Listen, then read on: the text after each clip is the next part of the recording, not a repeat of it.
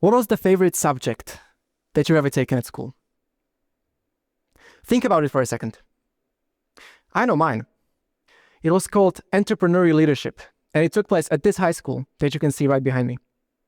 The high school is called Leaf Academy, and it's located in Bratislava, in Slovakia, where I'm from. And from the first moment that I entered this classroom, I knew there was something different about it. It wasn't taught by teachers, it was taught by business professionals.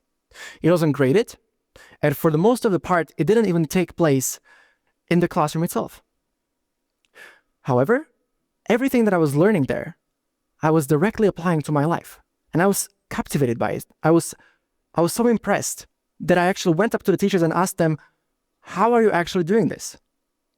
And that's when they introduced me to the concept of non-formal education.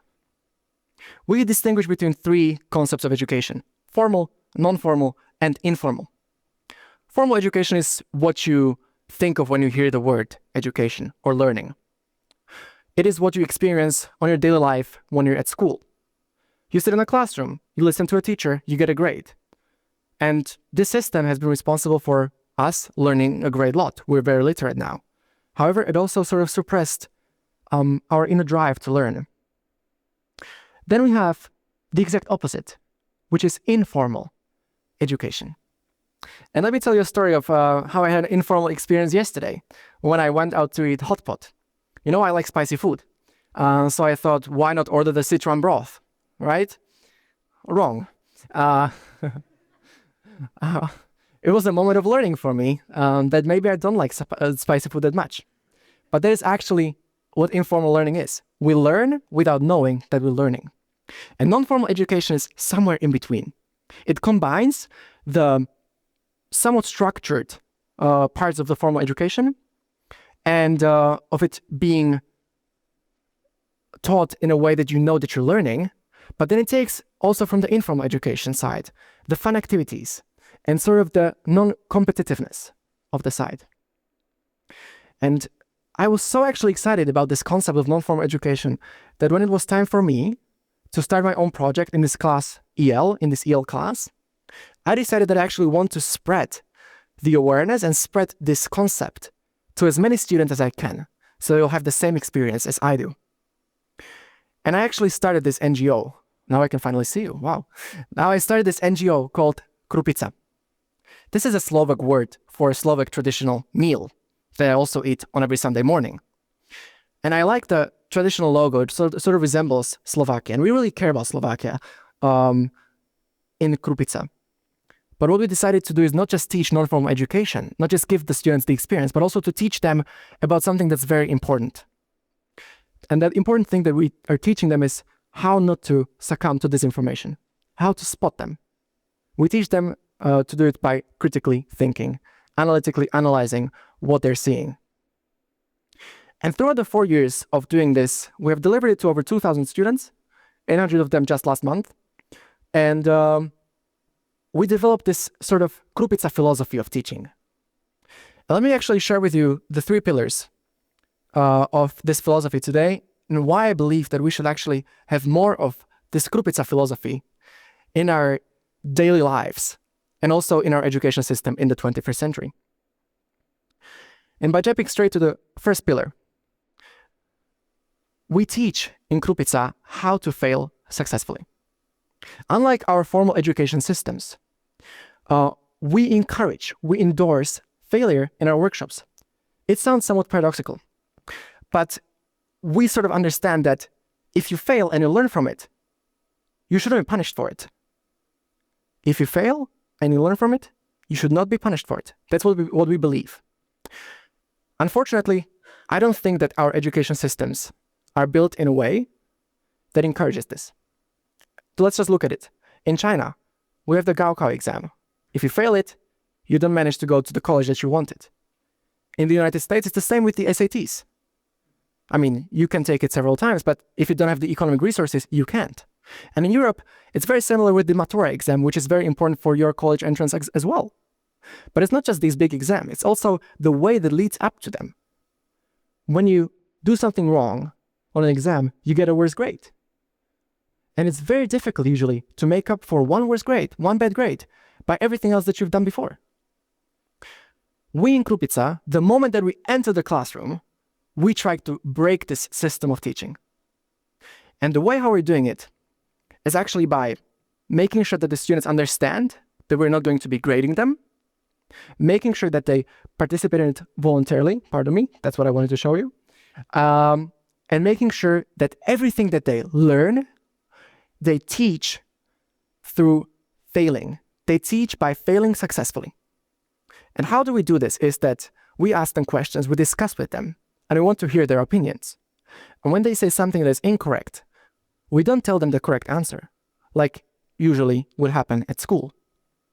We actually give them just hints, and we lead them to figure the answer to the question by themselves. If this means that we have to stay on one question with one student for 2 to 3 minutes, that's what we do. Because we believe that it's very important for them to feel that they can fail and they can learn from it. And what this actually creates, what this fosters, is an educational safe space in our classrooms. And how we know this is that we see that in our classrooms, in our workshops, it's not just the loud students like me that participate. We would participate always. You all have such a classmate, right? But it's also the silent ones that are usually silent, that they don't speak. And for some reason, for these reasons actually, these students have the courage to speak up in our classes. They get engaged. And why this is important is that by immersing all of the students in our workshops, we manage to increase the quality of the education that they get. However, most surprisingly, the teachers usually come up to us after the workshop and are very surprised that it's not just these two groups, active and students that are afraid to speak up, that participate, but it's also those who are never interested in education. It's also those who just sit there and are sleeping in the classroom, sort of sleeping. And this sort of brings us to the second pillar of the Krupica philosophy that we apply in our workshops, which is that we want to internally motivate students to actually participate in our workshops. And by internally motivating and creating a good space also for the student who doesn't want to participate, by engaging them, we're capable of achieving this. Who of you, all of you, has studied for an exam here, right? For a big exam, and you had to sit through many hours of studying and trying hard, and you were motivated by something. We've all experienced this before. For a long time, for the majority of my educational period, I've been motivated by external factors, by the grades, by the peer pressure, or by my parents. And many of you probably feel the same. And these are completely valid motivations. They're fine. They can get you where you want to be. However, I would actually argue that being intrinsically motivated, being internally motivated, is much more efficient and actually much more important to you. And not only you can do it, but also you should do it. And I explored this internal motivation. I experienced it through Krupica because I'm very, very passionate about it, and because it's something that I want to become better at, regardless of the circumstances, regardless of what it brings to me. And this is, in my opinion, very, very important if we look at what awaits us. Just consider for a second, how has the world changed during a lifetime? I'm probably slightly older than most of you are here, so fax was a thing when I was small. No one even knows what it is now, right? We have social media, we have iPhones, we have smartphones. But most importantly, I think, and the biggest invention that we have was the recent one of the great progress in AI. And it is predicted, actually, that AI is going to change 44% of the core worker skills in the next 3 years until 2027. This is predicted by the World Economic Forum. 44%, which is almost half of the core skills that workers use right now and that are essential to their jobs, are going to be different just in 3 years. And that's mostly because of AI. This is a little glance to what we're going to have to experiencing. And what it means for us is that we're no longer going to be able to get by just with the education that we have received up until we graduate from college. We will have to become lifelong learners. If we want to be successful, of course, which I believe we all do, right? And I believe that it's actually going to be much more difficult to be these lifelong learners if we are only externally motivated. Yes, we can be motivated by money, we can be motivated by fame or by other things, but I actually think that in order to keep up with the quickly changing times, we need to develop ways of learning that engage us, that motivate us to learn regardless of the external factors. And that's why I actually think that we need to implement Krupica philosophy more, not just into our schools, but also into our daily lives. But if we start with the schools, we're going to be able to develop a positive relationship to internal motivation and to education from the young age, which is, in my opinion, very, very important. And then later on, these people can return to it and can either come up with their own unique ways of learning that will motivate them internally, or they'll just find it very meaningful. Yeah, that's the stats that I also wanted to show, right? 44%, that's a lot. And I think we want to wait for a second before we move to the next point, which I've seen a bit already, which is don't drink water. Don't drink water is what I tell my students in my workshops as a part of my favorite activity. It's actually very, very funny. I give them this article that is completely made up. It's fake news. And I'm trying to convince them very strongly that it's true. Right, it's not. We all know that. They know it as well.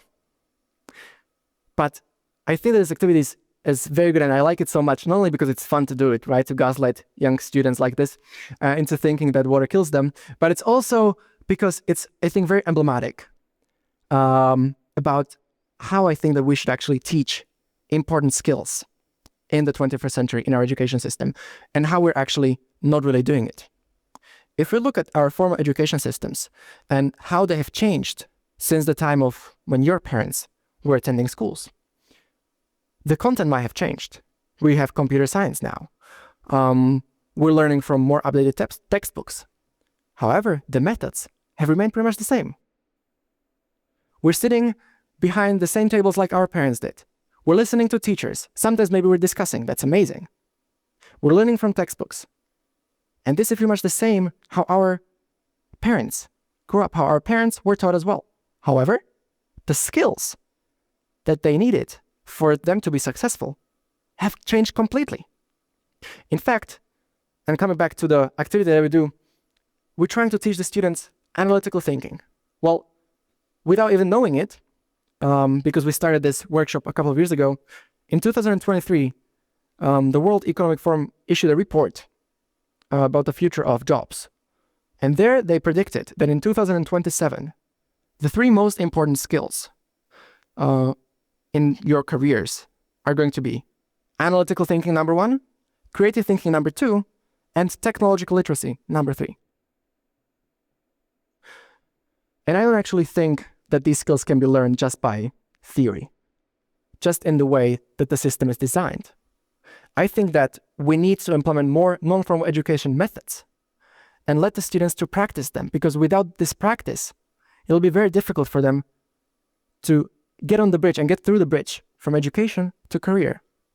And not just then, but also to continue being successful in their careers.